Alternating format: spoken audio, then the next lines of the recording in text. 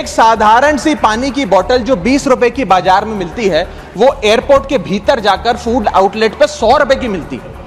आज यात्री जो इंतजार कर रहे हैं अपनी फ्लाइट का, वो पानी पीकर पेट भर रहा है कि कहीं 250 रुपए की चाय और 350 रुपए का समोसा ना खरीदना पड़ जाए। कई शहर, अधिकतर शहर ऐसे हैं जहां पर एयरपोर्ट्स नहीं है। सर, सरकार ने कहा कि मालदीव्स मत जाओ, लक्षद्वीप जाओ छुट्टी मनाने। मैं आपको आज का रेट बता रहा हूं सर, अगर आज मुझे दिल्ली से मालदीव जाना हो तो 17,000 रुपए की फ्लाइट है, लेकिन दिल्ली से लक्षद्वीप जाना हो तो 25,000 रुपए की फ्लाइट है। सर, तो बताइए हम मालदीव जाएं कि लक्षद्वीप जाएं?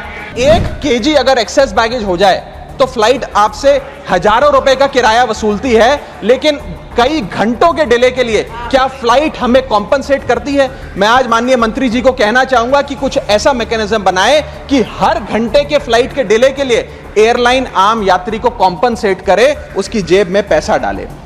सर, इस बिल पे चर्चा के माध्यम से मैं इस देश के आम हवाई यात्री का दर्द आप सबके सामने रखना चाहूंगा।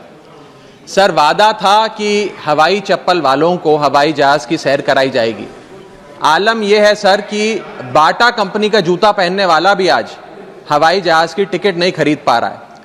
Economy class is no more economical. Sir, मैं आज इस सदन में बहस पे आने से पहले अपने फोन पर फ्लाइट के रेट चेक कर रहा था। सर, अगर कल मुझे दिल्ली से बंबई जाना हो तो टिकट 14,000 रुपए की है, वन वे की सबसे सस्ती टिकट।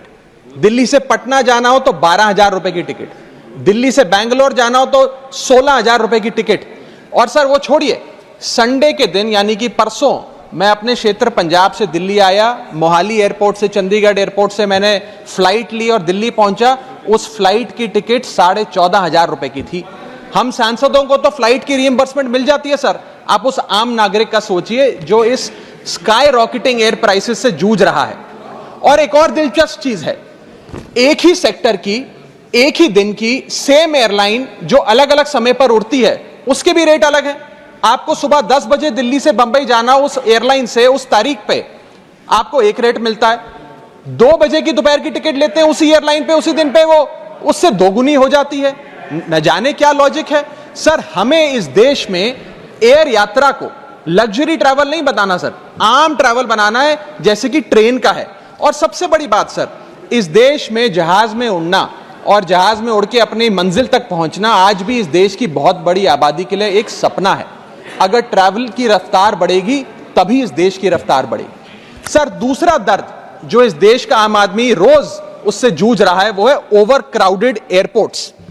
सर, आज हमारे देश के एयरपोर्ट्स बस अड्डे जैसे बन गए हैं। बस अड्डों से बदतर हालत, बदतर व्यवस्था देश के एयरपोर्ट्स पर है सर।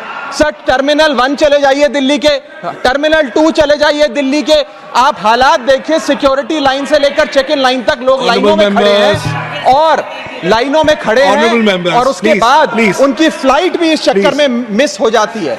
एक मुसाफिर सही समय पर फ्लाइट नहीं पकड़ पा रहा क्योंकि वो बेचारा चेक इन और सिक्योरिटी लाइन में ही फंसा रहता है। इतने ओवर क्राउडेड एयरपोर्ट्स आज हमारे देश के बन चुके हैं। सर, आज यात्री का तीसरा दर्द, Honorable members, please let the honorable members speak. Please. Sir, बोलने दीजिए। No, honorable members, please, honorable members. माननीय सदस्य, मेरा समय जा रहा है। Please let him speak.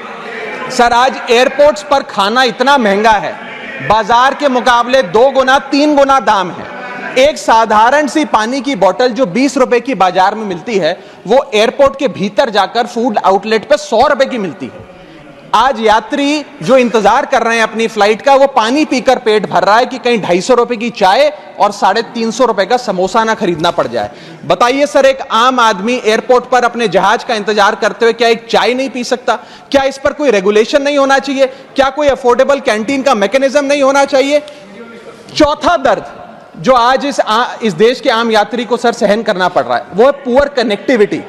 आज इस देश के कई टूरिज्म स्पॉट्स पे, कई फेमस शहरों तक जहाज की यात्रा नहीं पहुंचती, फ्लाइट्स नहीं पहुंचती, एयरपोर्ट नहीं पहुंचती। कई शहर, अधिकतर शहर ऐसे हैं जहां पर एयरपोर्ट्स नहीं है। इंसान को जहाज लेकर, जहाज से उतरकर कई घंटों का बस का और गाड़ी का सफर तय कर अपनी मंजिल पे पहुंचना पड़ता है सर। सरकार ने कहा कि मालदीव्स मत जाओ, लक्षद्वीप जाओ छुट्टी मनाने। मैं आपको आज का रेट बता रहा हूं सर, अगर आज मुझे दिल्ली से मालदीव जाना हो तो 17,000 रुपए की फ्लाइट है, लेकिन दिल्ली से लक्षद्वीप जाना हो तो 25,000 रुपए की फ्लाइट है सर। तो बताइए हम मालदीव जाएं कि लक्षद्वीप जाएं? सर चौथा दर्द जो आज पांचवा दर्द जो आज एक आम यात्री को महसूस करना पड़ रहा है वो है sir flight cancellation and delays.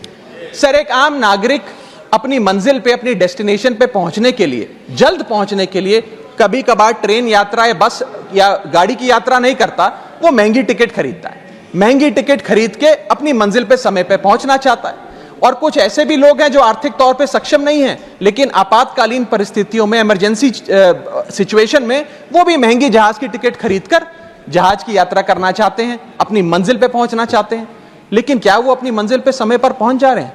निर्धारित समय से 3 से 4 घंटे लेट आज जहाज चलते हैं, और खास तौर पे छोटे शहरों के जो एयरपोर्ट्स हैं वहां पर तो मैक्सिमम डिलेज देखे गए हैं सर 1 केजी अगर एक्सेस बैगेज हो जाए तो फ्लाइट आपसे हजारों रुपए का किराया वसूलती है, लेकिन कई घंटों के डिले के लिए क्या फ्लाइट हमें कॉम्पनसेट करती है? मैं आज माननीय मंत्री जी को कहना चाहूंगा कि कुछ ऐसा मैकेनिज्म बनाए कि हर घंटे के फ्लाइट के डिले के लिए एयरलाइन आम यात्री को कॉम्पनसेट करे, उसकी जेब में पैसा डाले। इसी के साथ साथ हर महीने एक चार्ट जारी होना चाहिए कि किस सेक्टर की कौन सी एयरलाइन ने कितने घंटे का डिले, किस सेक्टर की कौन सी एयरलाइन ने कितने घंटे का डिले यात्रियों को दिया।